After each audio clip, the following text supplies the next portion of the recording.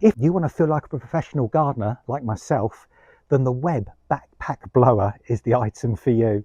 With a maximum blowing speed of 288 kilometers per hour, this two-stroke machine is going to clear leaves from absolutely everywhere in your garden. It's petrol driven, so you can take this to wherever you need to use it.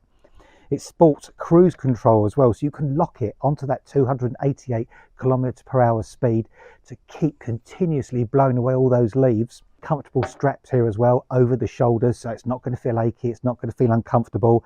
Very, very easy throttle control here as well, so you can control the speed of this. And this super long lance here means that you can reach into all those nooks and crannies. When you're wearing this, when you're using this to tackle the leaves, there are almost no leaves that you cannot actually get rid of with this. You can just blow them into the corner of the garden, blow them out of all those awkward areas, the gutters, the edges of the beds and borders, from around your plants, off the lawn.